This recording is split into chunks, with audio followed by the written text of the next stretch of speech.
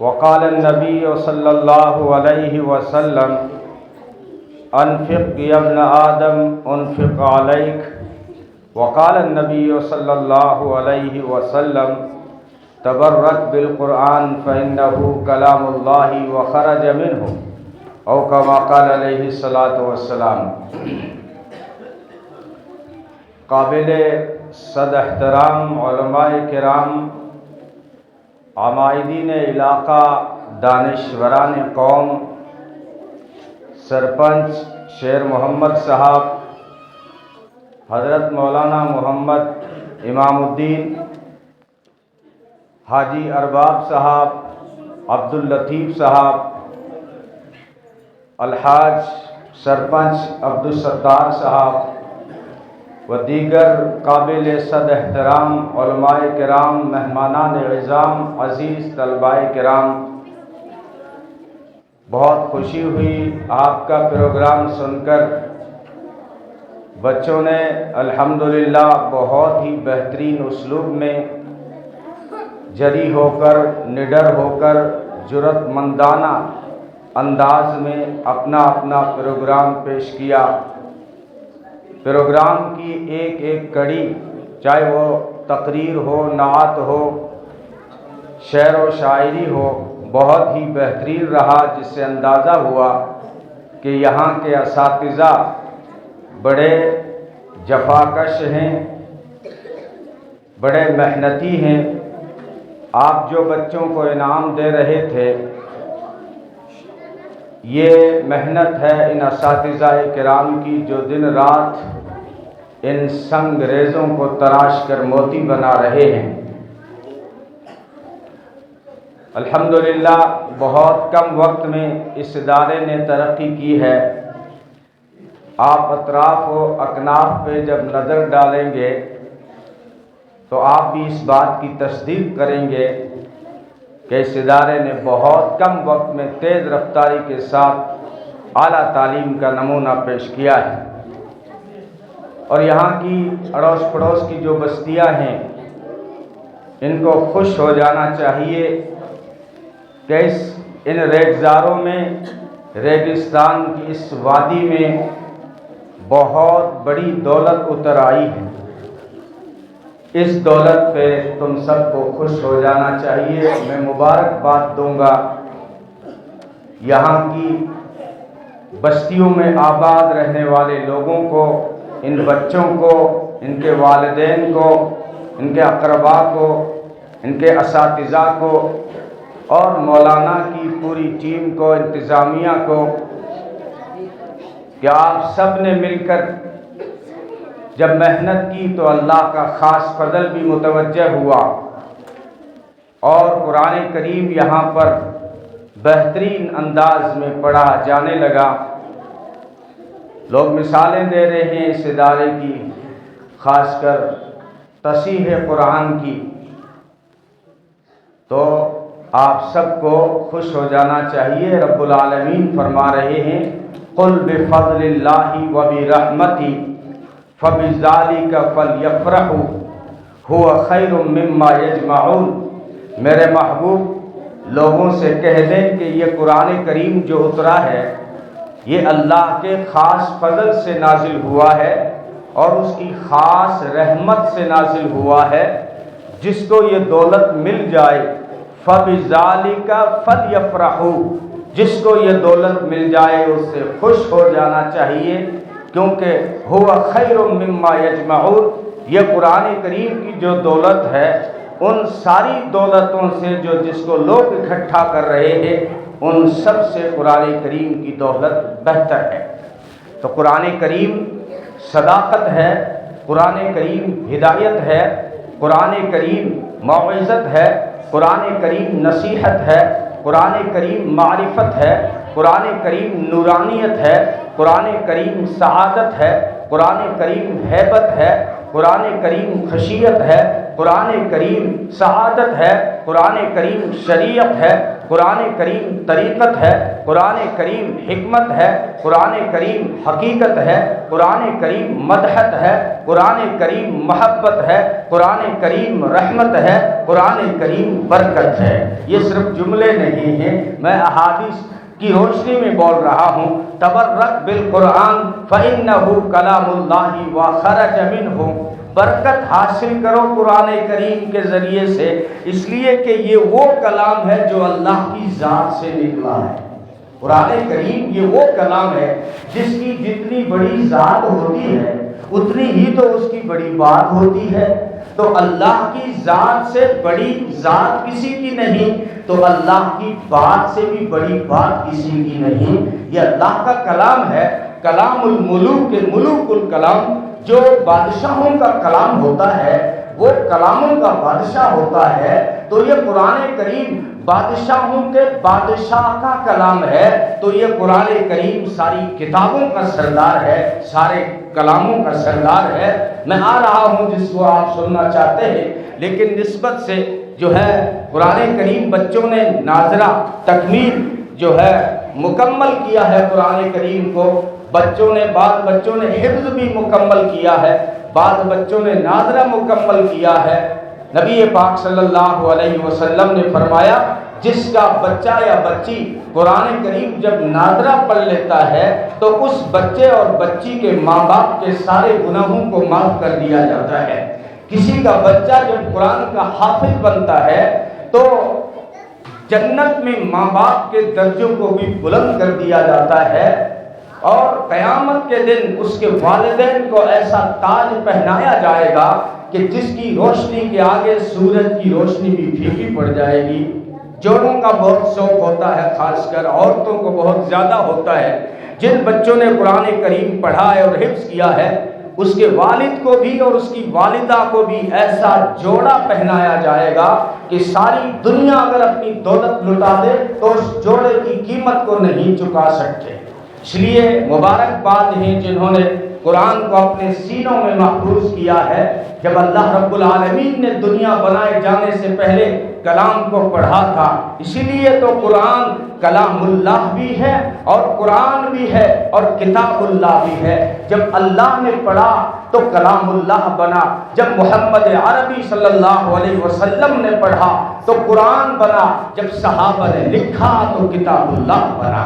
یہ قرآن کریم، اب اس کے بارے میں کیا بیان کروں کہ قرآن کریم خود بیان ہے۔ اب آ جائیے، قرآن کریم خود بیان ہے، قرآن تبیان ہے، قرآن فرقان ہے، قرآن فیضان ہے، قرآن ایقان ہے، قرآن احسان ہے، قرآن ایمان ہے، نازل کرنے والا رب رحمان ہے، جس پر نازل ہوا وہ نبی آخر الزمان ہے، اور فرشتہ جبریل تو واسطہ درمیان ہے، ورنہ یہ قرآن خود خدا کی زبان ہے۔ ہاں یہ نبی کا فرمان ہے کہ قرآن صحابہ کا ترجمان ہے۔ جس مہینے میں نازل ہوا وہ رمضان ہے، جو اس کو مان لے وہ مسلمان ہے۔ جو اس قرآن کریم کو جو مان لے وہ مسلمان ہے۔ تو یہ بہت بڑی دولت ہے، اس کو جو ہے بچے یہاں پر حاصل کر رہے ہیں۔ اب یہاں علماء کرام بھی محنت کر رہے ہیں۔ اب آس پاس کی جو بستیاں ہیں ان کی ذمہ داری بنتی ہے کہ جب اتنی دولت اس وادی میں اتر آئی ہے تو ہمیں خوش ہو کر ان کا تعاون کرنا چاہیے۔ الحمدللہ خوشی بھی ہوئی کہ میں بہت سارے اجلاسوں میں جاتا ہوں، لیکن انعام لوگ دیتے ہیں، کوئی 100 200 500 دیتے ہیں۔ یہاں کے لوگ کتنے بڑے سخی ہیں کہ 5-5 ہزار روپے بچوں کو انعام دے رہے تھے۔ یہ الحمدللہ آپ اس دولت کی قدر کرنا جانتے ہیں، لیکن مضبوط کریے اور مولانا کے ہاتھوں کو۔ یہ آپ کا ادارہ ہے، اگر آپ کا تعاون ساتھ رہا انشاءاللہ آنے والے وقت میں اس علاقے کی یہ بہت بڑی یونیورسٹی یہاں پر قائم ہوگی۔ یہاں سے بچے ڈاکٹر اور انجینئر بن کے بھی نکلیں گے، یہاں سے قرآن کے قاری بن کے بھی نکلیں گے، یہاں سے عالم اور مفتی بن کے نکلیں گے، لیکن شرط یہ ہے کہ آپ کی توجہ ہو جائے۔ ایک ہاتھ اگر ہواؤں میں کوئی لہراتا رہے تو تالی نہیں بجا کرتی۔ یہ علماء کرام بڑی جفاکشی کے ساتھ پسینہ بہا کر کم تنخواہوں میں، یہ آپ کے مرشد ہیں جو کم تنخواہوں میں آپ کی نسلوں کا ایمان بچا رہے ہیں۔ یہ عجیب بات نہیں ہے کہ ان جنگلات میں بہت جلدی نقاب آ گیا اور برقع آ گیا، ورنہ ہم جو ہے بہت سارے علاقوں میں لوگ 1980 سے بھی پہلے محنتیں کر رہے ہیں، لیکن یہ ماحول جو کم وقت میں بنا ہے اس کے پیچھے مولانا اور مولانا کی پوری ٹیم کی محنت ہے۔ اس لیے جو ہے آپ کی بھی ذمہ داری بنتی ہے، میں آس پاس کی بستیوں کو کہہ رہا ہوں کہ مولانا کا تعاون کریے، اس ادارے کا، مولانا کا نہیں، اس ادارے کا جو آپ کا خود کا ادارہ ہے، تاجروں کی ذمہ داری ہے۔ اللہ نے اگر نوازا ہے تو تجارت کے کچھ اصول ہوا کرتے ہیں، وہ قرآن کریم میں ایک صفحہ ہے، قارون بہت بڑا مالدار تھا تو اس کی قوم نے کیا کہا، اذ قال له قومه لا تفرح ان اللہ لا يحب الفرحین۔ جو اصول بتا رہا ہوں، جو تاجر بیٹھے ہیں، بزنس مین بیٹھے ہیں، اللہ نے دیا ہے، نوازا ہے، تو 4 اصول قرآن کریم کی روشنی سے قوم کہہ رہی ہے قارون سے، اذ قال له قومه لا تفرح ان اللہ لا يحب الفرحین، کہ جو ہے آپ اللہ نے نوازا ہے، اب اس دولت کے نشے میں آ کر اترا کر مت چلیے زمین پر، گھمنڈ مت کیجئے، تکبر مت کیجئے، اللہ اترانے والوں کو پسند نہیں کرتا۔ دوسرا بتایا وَابْتَغِ فِي مَا آتَاكَ اللَّهُ الدَّارَ الْآخِرَةَ، اللہ نے جو مال دیا ہے اسی مال کے ذریعے سے آخرت کا گھر جنت بھی بنا لیجئے، صرف یہاں پر بنگلے کھڑے نہ کیجئے، اسی مال کے ذریعے سے آپ جنت کی ہیلی بھی خرید سکتے ہیں، جنت کا بنگلہ بھی بنوا سکتے ہیں۔ وہ کیسے؟ کہ جو ہے اللہ کی راہوں میں پیسے خرچ کیا کریں، اس سے آخرت میں گھر بنتا ہے، جنت میں گھر بنتا ہے۔ اللہ کی راہوں پہ جو 1 روپیہ خرچ کرتا ہے اللہ 10 دنیا میں دیتے ہیں اور 70 آخرت میں دیتے ہیں۔ تو یہ دوسرا اصول ہے تاجروں کے لیے کہ اللہ نے جو مال دیا ہے اس کو اللہ کے نام پہ خرچ کر کے اپنے آخرت کا اور جنت کا گھر بنا لیجیے۔ اور تیسرا کہا کہ وَلَا تَنْسَ نَصِيبَكَ مِنَ الدُّنْيَا، اسلام دیکھو کتنا نیچرل دین ہے، فرمایا جو اپنی ضرورتیں ہیں وہ بھی اس دین سے پورا، اپنے مال سے پورا کیجئے، اپنی ضرورتیں، گاڑی خرید لیجئے، گھر بنا لیجئے، زمین خرید لیجئے، بہترین کپڑے پہنیے، بہترین موبائل رکھیے، بہترین گھڑی پہنیے، کوئی دقت نہیں، اسلام منع نہیں کرتا۔ قارون سے کہہ رہا ہے وَلَا تَنْسَ نَصِيبَكَ مِنَ الدُّنْيَا، کہ اپنا جو نصیب دنیا کا ہے دنیا کو مت بھول، اس مال کے ذریعے سے اپنی دنیا بھی بنا۔ اور چوتھا فرمایا وَأَحْسِن كَمَا أَحْسَنَ اللَّهُ إِلَيْكَ، کہ جس طرح اللہ نے تجھ پہ احسان کیا، تجھے مال دیا ہے تو تو اللہ کے راہوں میں خرچ کر کے تو بھی احسان کر، تو بھی احسان کر۔ اور فرمایا وَلَا تَبْغِ الْفَسَادَ فِي الْأَرْضِ، مال کے نشے میں آ کر زمین میں فساد نہ مچائیے، ان اللہ لا يحب المفسدین، اللہ فساد مچانے والوں کو پسند نہیں کرتا۔ یہ قرآن کریم کے اصول ہیں۔ اب میں ایک بات اور یاد آئی ہے، علامہ ابن کثیر رحمۃ اللہ علیہ نے لکھا ہے سورہ بقرہ کی تفسیر میں کہ اللہ رب العزت نے حضرت یحییٰ علیہ السلام پر وحی نازل کی کہ جو ہے میں آپ کو 5 باتوں کا حکم کرتا ہوں، بہت مختصر بات کروں گا، آپ توجہ سے سنیے۔ اللہ نے حضرت یحییٰ علیہ السلام پر وحی نازل کی کہ میں تجھے 5 باتیں بتاتا ہوں، اس پر خود بھی عمل کریے اور لوگوں کو بھی بتائیے۔ یہ اللہ نے بتایا حضرت یحییٰ علیہ السلام کو۔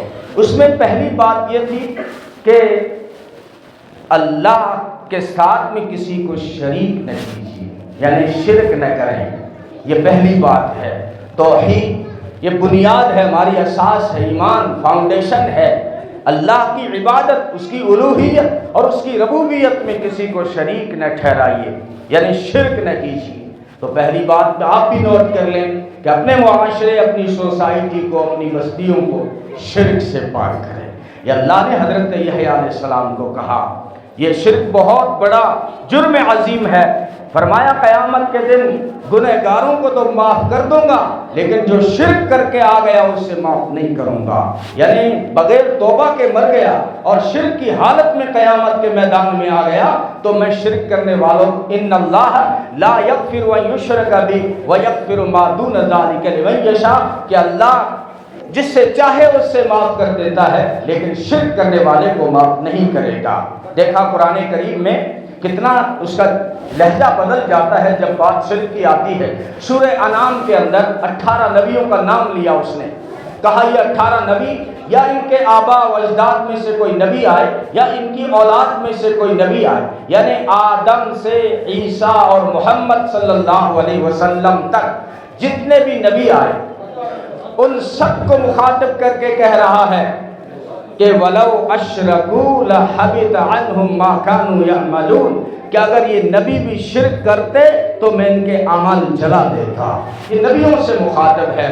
اور اولئک الذین کفروا بآیات ربہم ولقائہ فحبطت اعمالہم فلا نقیم لہم یوم القیامۃ وزنا، جو کفر کی حالت میں، شرک کی حالت میں آئے گا، میں قیامت کے دن ان کے اعمال تو جلا ہی دوں گا، لیکن ان کے اعمال کو تولنے کے لیے میزان بھی قائم نہیں کروں گا، سیدھا دوزخ کا فیصلہ کروں گا۔ اور اپنے محبوب سے 24ویں پارے میں فرمایا قُلْ فَغَيْرَ اللَّهِ تَأْمُرُونِّي أَعْبُدُ أَيُّهَا الْجَاهِلُونَ، جب مشرکین مکہ نے ڈیمانڈ کی کہ آپ صلی اللہ علیہ وسلم سے کہ ہم آپ کے پیچھے نماز پڑھنے کو تیار ہیں، آپ بھی ہمارے جو اوقاز، ذی المجاز، مجنہ میں وہاں کچھ ہمارے آباء اور اجداد کے طریقے ہیں جہاں شرک بھی ہوتا تھا، آپ بھی آ جایا کریں۔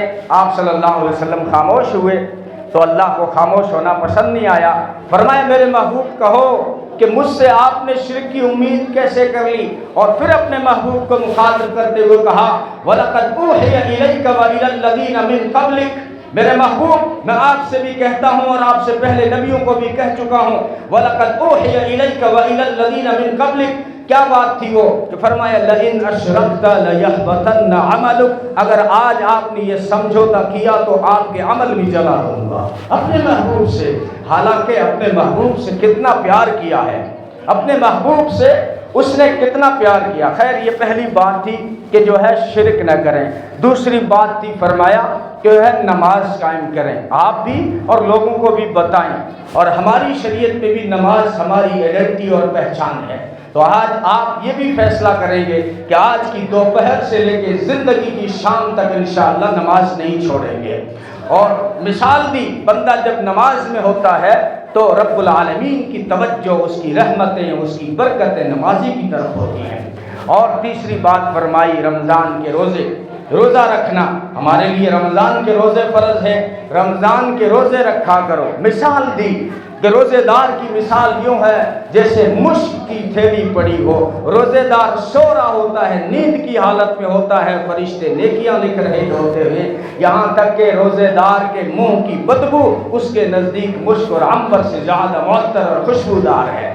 اور چوتھی چیز بتائی کہ صدقات اور خیرات کرتے رہنا، صدقات اور خیرات اللہ کی راہوں میں لگاتے رہنا، دیتے رہنا، مساجد میں دیتے رہنا، مدارس میں دیتے، خرچ کرتے رہنا غریبوں پر۔ اور اس کی مثال دی کہ اگر کسی کو ڈاکوؤں نے پکڑا، کسی کو گنڈوں نے پکڑا اور اس کے ہاتھ گردن کے پیچھے یوں باندھ دیے اور کہا کہ تجھے پھانسی ہوگی، ہم تجھے قتل کرنے لے جائیں گے، وہ آدمی کہتا ہے مجھے قتل نہ کرو، میرے پاس جتنا مال ہے وہ لے لو اور میرے ہاتھ کھول لو۔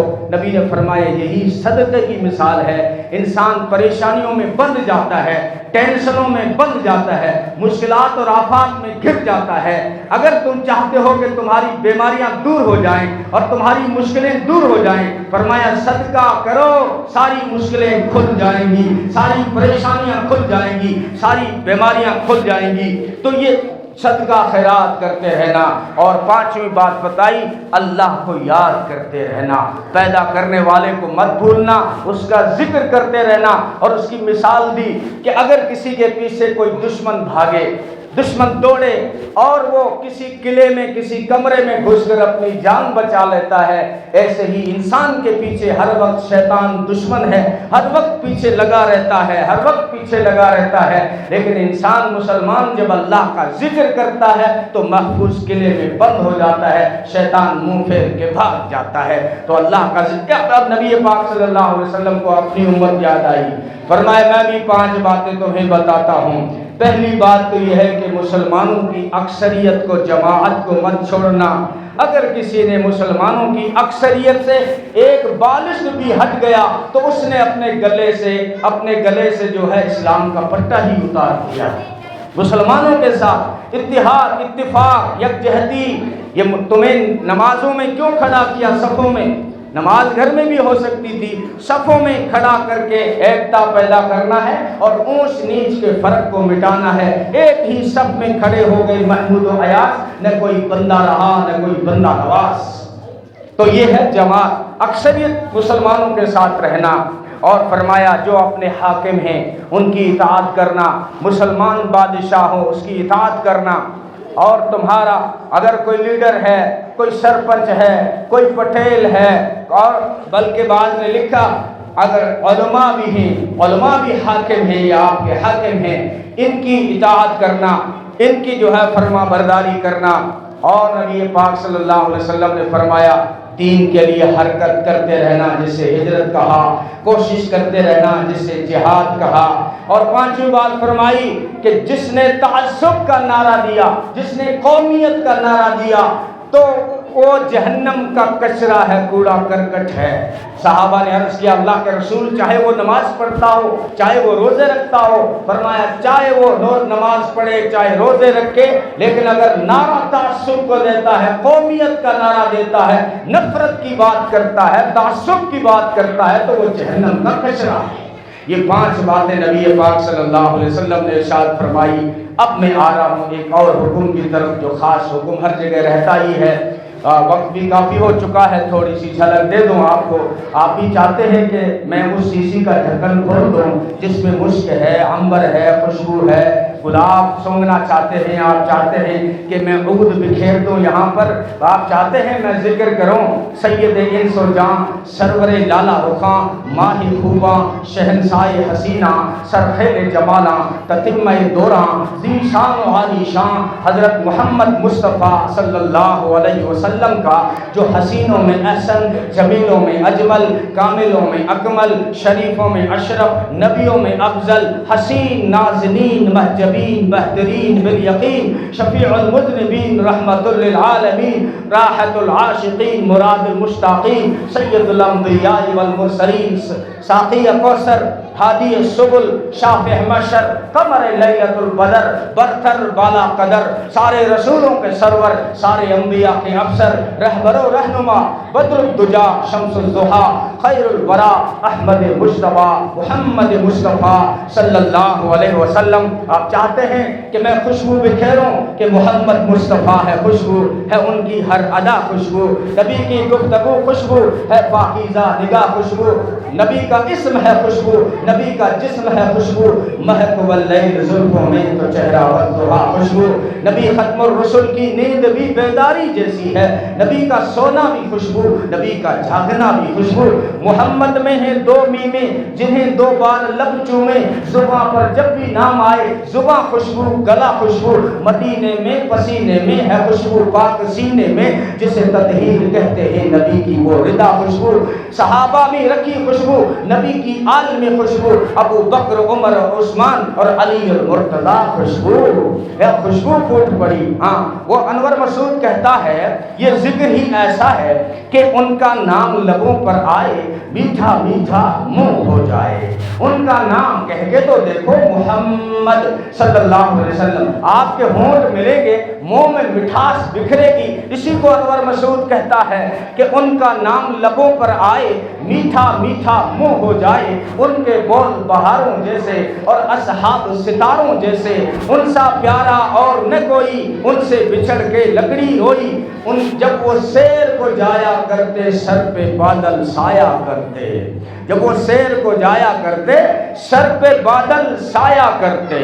ہاں اب ان کے حسن کی کیا بات کروں کہ کائنات حسن جب پھیلی تو لامحدود تھی، کائنات حسن جب پھیلی تو لامحدود تھی، اور جب سمٹی تو تیرا نام ہو کر رہ گئی، شاعر کہتا ہے حسن جب پھیلا تو ساری کائنات بن گئی، اور حسن جب سمٹا تو محمد کی ذات بن گئی اور ان کا نام بن گیا۔ اللہ نے ایسا حسن دیا اپنے محبوب کو، ایسی خوشبو۔ عورتیں کہا کرتی تھی ام سلیم یہ خوشبو لاتی کہاں سے ہے جو تیرے پاس ہے؟ کہنے لگی دنیا کی کسی دکان میں نہیں ملے گی، یہ تو میرے آقا محمد عربی صلی اللہ علیہ وسلم کے پسینے کی خوشبو ہے۔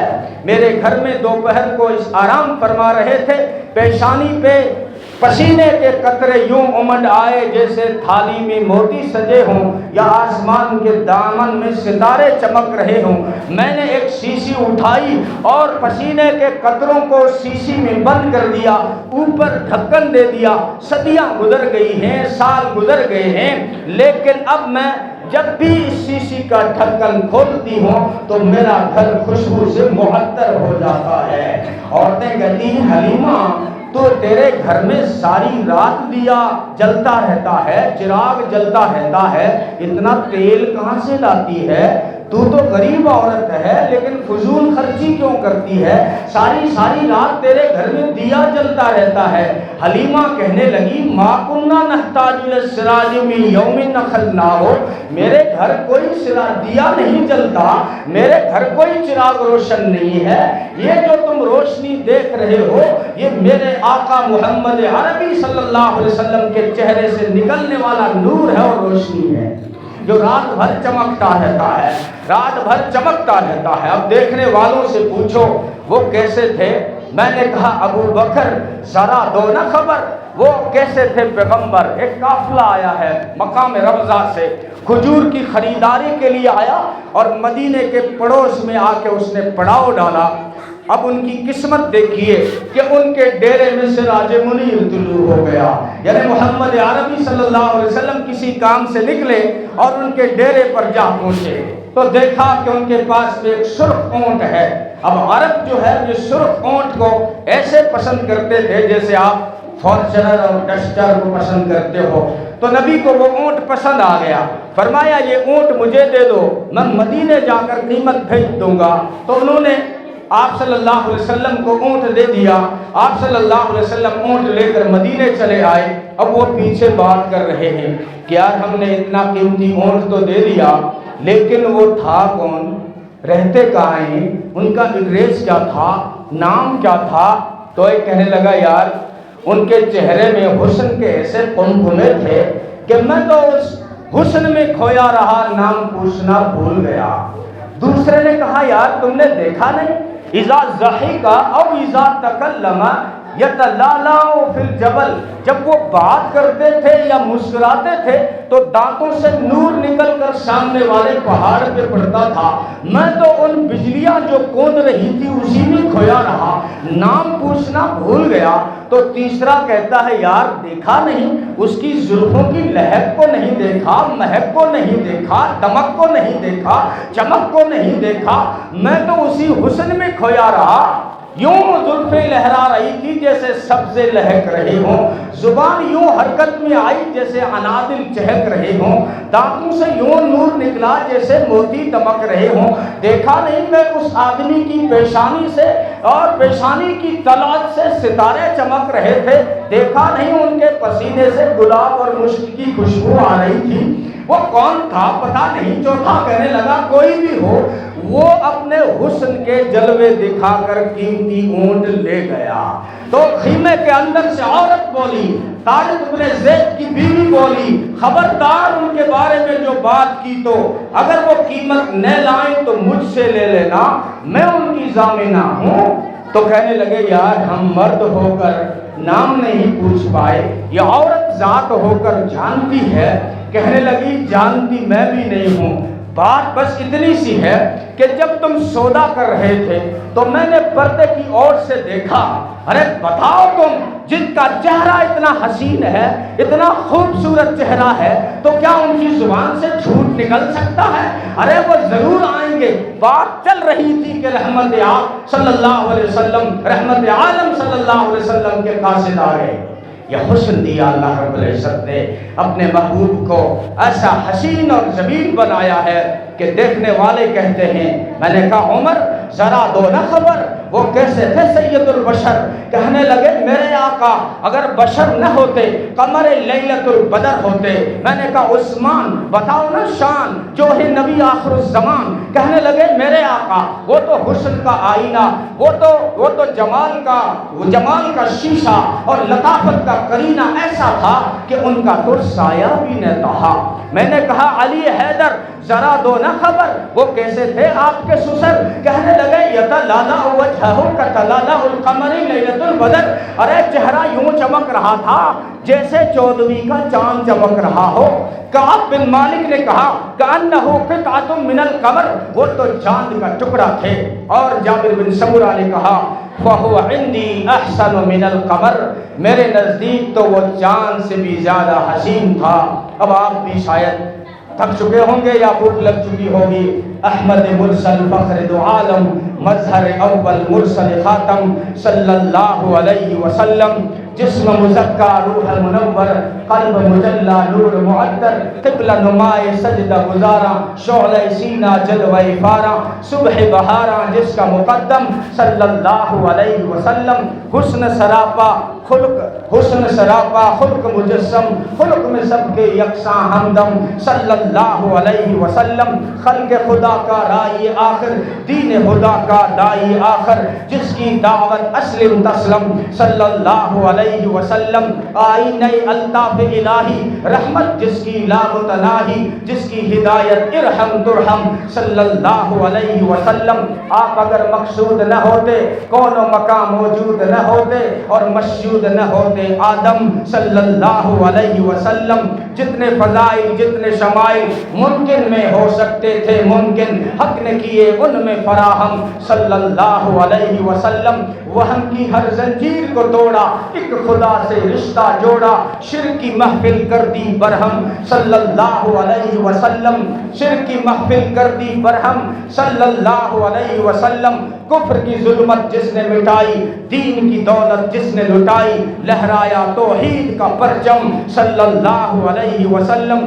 شرح علم نشرہ و سینہ، در پہ تجلی کا وہ گنجینہ، جگمگ جگمگ چم چم چم چم صلی اللہ علیہ وسلم۔ راہ میں کانٹے جس نے بچھائے، گالی دی اور پتھر برسائے، چھڑکی ان پر پیار کی شبنم صلی اللہ علیہ وسلم۔ ستم کے عوض ان کو شفا دی، طعن سنے اور نیک دعا دی، زخم سہے اور بخشا مرہم صلی اللہ علیہ وسلم۔ وہ خیر البشر فخر اولاد آدم، بشیر و نذیر و فقیہ دو عالم۔ تو اللہ رب العزت نے ہمیں ایسا حسین اور جمیل آئیڈیل دیا ہے، ان کی سنتوں پہ عمل پیرا ہونے کی اللہ ہم سب کو توفیق عطا فرمائے۔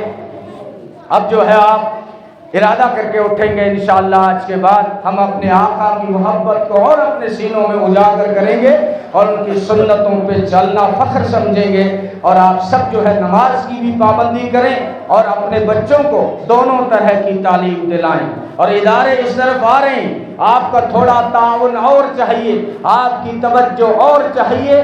یہ ہمارے علماء، مجھے اپنے اکابرین پر پورا اعتماد ہے، یہ رات کو سوتے ہیں تو یہی سوچتے ہیں کہ میرا جو ادارہ ہے اس میں 12ویں کلاس کا کب انتظام ہوگا، میرا یہ جو ادارہ مدرسہ ہے یہ کالج کب بنے گا، یہ یوں سوچتے ہیں۔ بس آپ کا تعاون چاہیے، پھر انشاءاللہ آپ کے یہی بچے، یہاں سے غزالی بھی نکلے گا تو الفارابی بھی نکلے گا، اور جو ہے دین اور دنیا دونوں طرح کی تعلیم کو حاصل کریں۔ اگر آپ نری تعلیم حاصل کرتے ہیں اور دین سے منہ پھیر کے چلتے ہیں تو یاد رکھنا ٹھیکے کے خیال میں تو روٹی بھی گئی، چاہی تھی شے بڑی تو چھوٹی بھی گئی، واعظ قوم کی نصیحت کو نہ مانا آخر پتلون کی طاق میں لنگوٹی بھی گئی۔ پھر کلچر نہیں رہے گا باقی، اور پھر تہذیب نہیں رہے گی باقی، پھر تمدن نہیں رہے گا باقی۔ مثال دیتا ہوں، قرآن کریم میں مکڑی کی مثال دی گئی ہے، عنکبوت کہتے ہیں، برائی کی مثال دی گئی ہے۔ فرمایا جو اللہ کو چھوڑ کے کسی اور کو داتا مشکل کشا مان رہے ہیں ان کی مثال تو یوں ہے جیسے مکڑی کا جالا ہو، جھاڑو کا تنکا لگا اور جالا صاف ہوا۔